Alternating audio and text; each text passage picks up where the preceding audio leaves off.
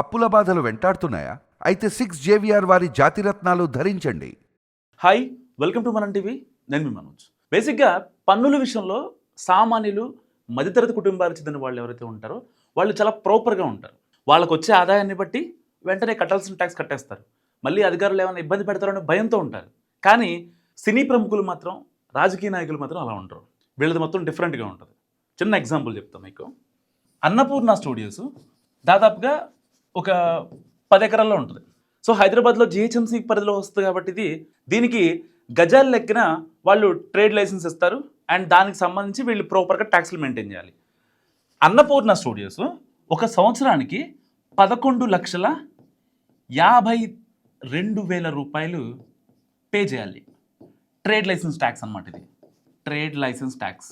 So ఇది every year వ్యాపార సముదాయం కాబట్టి, సో స్టూడియోస్ కాబట్టి ఈ ట్రేడ్ లైసెన్స్ని ఎవ్రీ ఇయర్ వాళ్ళు రెన్యువల్ చేసుకోవాలి. కానీ కట్ చేస్తే వీళ్ళు కట్టేది ఎంత తెలుసా? పర్ యానం వీళ్ళు కట్టేది 49,000 రూపీస్ ఓన్లీ. నాకు తెలిసి 3% 4% అనుకుంటా. ఎంత దారుణమా! ఇంకొక స్టూడియో రామానాయుడు. పేర్లు చాలా గొప్పగా ఉంటాయి. పేరు గొప్ప, ఊరు దెబ్బ అంటారు కదా, అలాంటి సామెత అనమాట ఇది. 1,59,000 ఈ రామానాయుడు స్టూడియో వాళ్ళు ఒక యానంకి కట్టాల్సి వస్తే వీళ్ళు కట్టేది ఎంత తెలుసా? 1,900 రూపీస్. 1,900 రూపీస్. అసలు ఎంత దారుణం అసలు. 1,52,000కి 49,000 ఎక్కడా? 1,59,000కి 1,900 ఎక్కడా? అంటే ఒక రకంగా వీళ్ళకి ఎంతవరకు డబ్బులు సంపాదించడం మీద ఉన్న శ్రద్ధ కనీసం ప్రాపర్గా ట్యాక్స్లు మెయింటైన్ చేయాలని చెప్పి ఉండదు. వీళ్ళు మళ్ళీ తర్వాత రియాక్షన్స్ ఎలా ఉంటాయి తెలుసా? లేదు, ఐబొమ్మ రవి మంచోడు కాదు, పైరసీలు చేశాడు, ఇలాంటి వాటికి పని కట్టుకొని వచ్చి ప్రెస్ మీట్లు పెట్టి ఆ పోలీసు వాళ్ళ పక్కన ఫోటోలు దిగడం, లేకపోతే ప్రీ రిలీజ్ ఈవెంట్లకి కోట్ల డబ్బులు పెట్టడం, వాళ్ళ అభిమానులకి కనీసం ఒక రక్తదానమో లేకపోతే ఇంత 10,000 ఆర్థిక సహాయమో చేయని వాళ్ళు మాటలు మాత్రం కోట్లలో ఉంటాయి. Not only Daggubati Venkatesh, Suresh Babu, not only Akkineni Nagarjuna and co family, వీళ్ళనే కాదు, వీళ్ళు బయటకు వచ్చారు కాబట్టి తెలిసింది. బయటికి రానివి ఎన్నో కదా, చాలామంది హీరోల విషయాలు ఎలాగే ఉంటాయి. అవి ఒకనొక టైంకి సమ్ డ్రగ్స్ కేసులోనో లేకపోతే పన్ను ఎగబేతనో, ఈ ట్రేడ్ లైసెన్స్ని రెన్యువల్ చేసుకోపోవడంలోనో, సమ్ జిహెచ్ఎంసీ అధికారులు అసలు ఏంటి, ఎన్ని గజాలు ఉంది ఏంటని ప్రాపర్గా చెక్ చేసిన తర్వాత తెలుస్తాయి ఇలాంటి ఫ్యాక్ట్స్. 11,52,000కి 49,000 అంటే హవ్వా, అసలు ఏమన్నా ఉందా?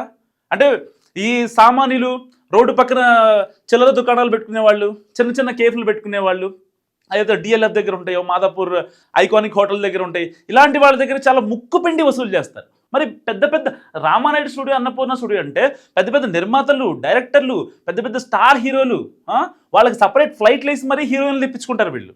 మరి అంత ఖర్చు పెట్టేది దాదాపు కోట్లలో ఖర్చు పెడతారు కదా, వాళ్ళు ఉండటానికి, వాళ్ళు తినడానికి, వాళ్ళ ట్రాన్స్పోర్ట్కి మొత్తం హై లెవెలే. అసలు ఎక్కడా కూడా 0.001% తగ్గడానికి ఇక్కడ ఎక్కడా ఉండదు.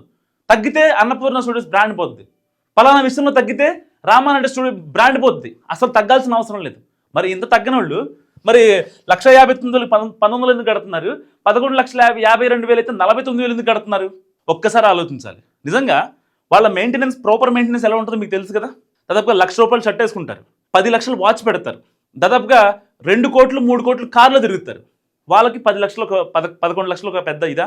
సో ఏదైనప్పటికీ ప్రజలు ఆలోచించాల్సిన అవసరం ఉంది. ఇప్పటికైనా జిహెచ్ఎంసీ అధికారులు నజర్ పెట్టారు కాబట్టి ఆ ట్రేడ్ లైసెన్స్ అయితే రెన్యువల్ విషయంలో వాళ్ళు చాలా చాకచక్యంగా చూస్తారు. సరే, ఎన్ని నెలల నుంచి కట్టలేదు, ఎన్ని మంత్స్ నుంచి పే చేయలేదు, నిజంగా నోటీసులు ఇచ్చారా లేదా అనే విషయం కూడా మరికొద్ది సేపట్లో తెలియాల్సి ఉంది. సో దీనిపైన ఇప్పటికే నాగార్జున కూడా మాట్లాడే అవకాశం ఉంది. సో ఏదేమైనప్పటికీ మరి వీళ్ళ దగ్గర నుంచి ఒక రకమైన వస్తుందా, లేకపోతే అన్నపూర్ణ స్టూడియోస్ని మెయింటైన్ చేస్తున్నది అంటే ఆబ్వియస్లీ ఫండింగ్ మొత్తం నాగార్జుననే, కానీ అక్కడ అడ్మిన్లు ఎవరైతే కూర్చుంటారో ఆ అడ్మినిస్ట్రేషన్ డిపార్ట్మెంట్ కావచ్చు, ఫినాన్స్ డిపార్ట్మెంట్ కావచ్చు, వాళ్ళ దగ్గర అలసత్వం జరిగిందా అన్న విషయం కూడా తెలియాల్సింది. సో మీరేమనుకుంటున్నారు ఈ పన్ను ఎగవేతపై?